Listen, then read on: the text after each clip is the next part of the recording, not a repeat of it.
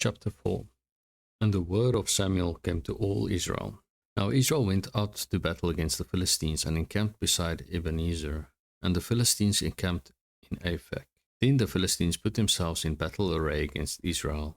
And when they joined the battle, Israel was defeated by the Philistines, who killed about 4,000 men of the army in the field.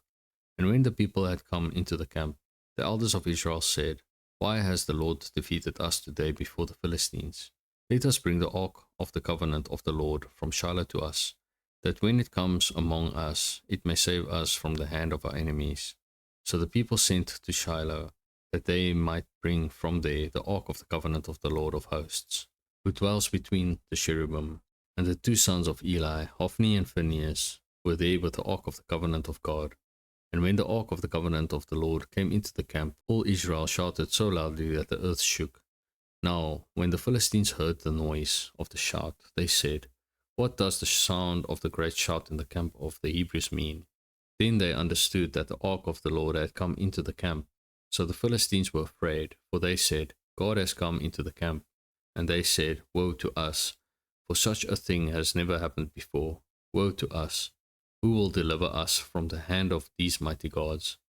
These are the gods who struck the Egyptians with all the plagues in the wilderness.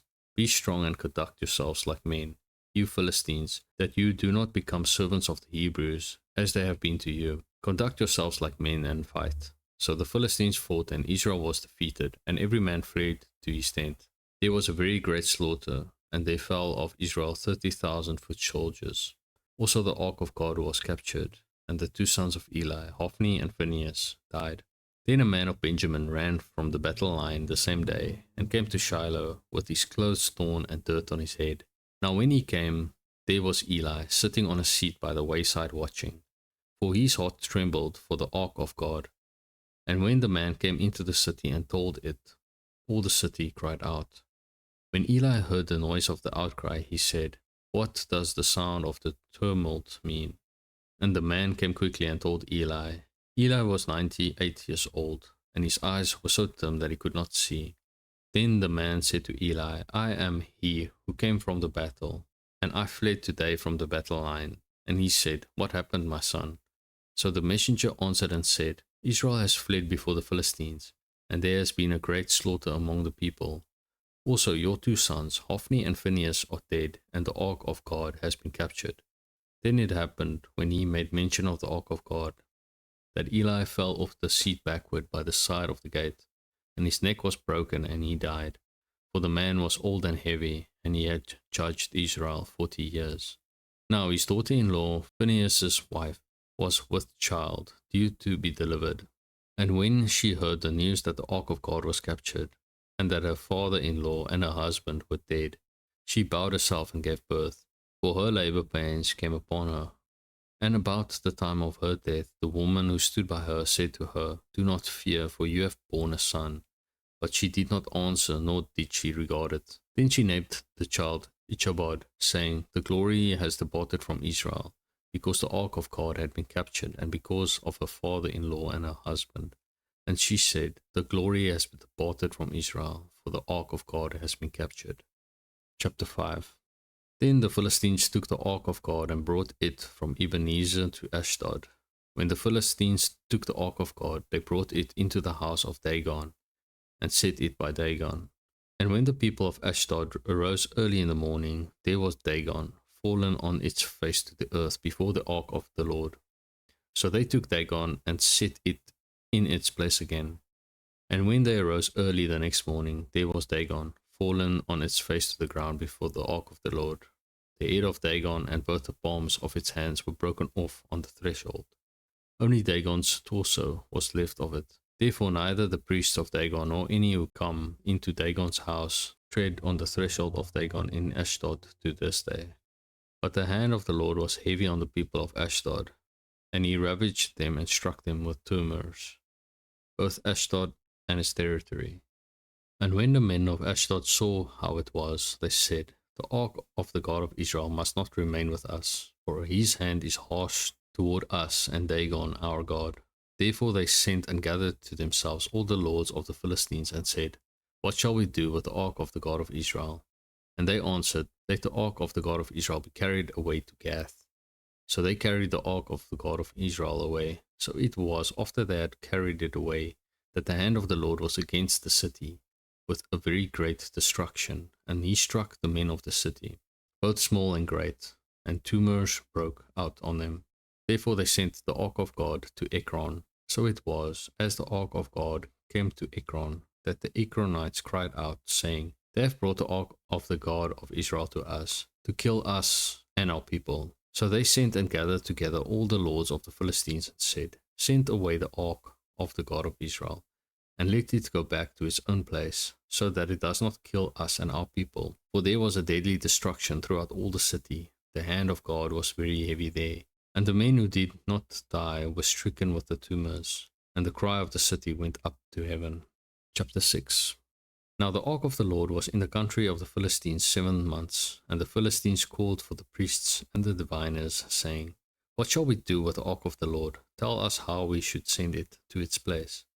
So they said, If you send away the ark of the God of Israel, do not send it empty, but by all means return it to him with a trespass offering. Then you will be healed, and it will be known to you why his hand is not removed from you. Then they said, What is the trespass offering which we shall return to him? They answered, 5 golden tumors and 5 golden rats, according to the number of the lords of the Philistines. For the same plague was on all of you and on your lords. Therefore you shall make images of your tumors and images of your rats that ravage the land, and you shall give glory to the God of Israel. Perhaps he will lighten his hand from you, from your gods, and from your land.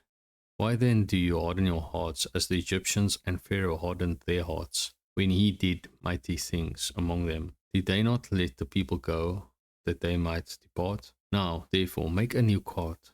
Take 2 milk cows, which have never been yoked, and hitch the cows to the cart, and take their calves home, away from them.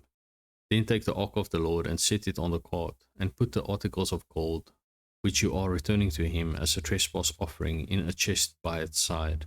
Then send it away, and let it go, and watch. If it goes up the road to its own territory, to Beth Shemesh, then he has done us this great evil. But if not, then we shall know that it is not his hand that struck us. It happened to us by chance. Then the men did so. They took 2 more cows and hitched them to the cart, and shut up their calves at home. And they set the ark of the Lord on the cart, and the chest with the gold rats and the images of their tumors. Then the cows headed straight for the road to Beth Shemesh, and went along the highway, lowing as they went, and did not turn aside to the right hand or the left. And the lords of the Philistines went after them to the border of Beth Shemesh.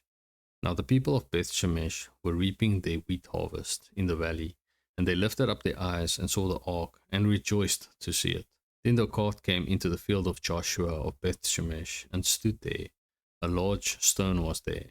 So they split the wood of the cart, and offered the cows as a burnt offering to the Lord.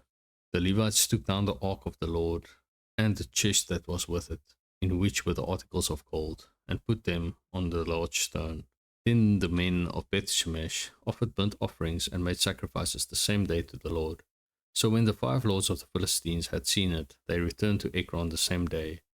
These are the golden tumors which the Philistines returned as a trespass offering to the Lord. 1 for Ashdod, 1 for Gaza, 1 for Ashkelon, 1 for Gath, 1 for Ekron. And the golden rats, according to the number of all the cities of the Philistines belonging to the 5 lords, both fortified cities and country villages, even as far as the large stone of Abel, on which they set the ark of the Lord, which stone remains to this day in the field of Joshua of Beth Shemesh.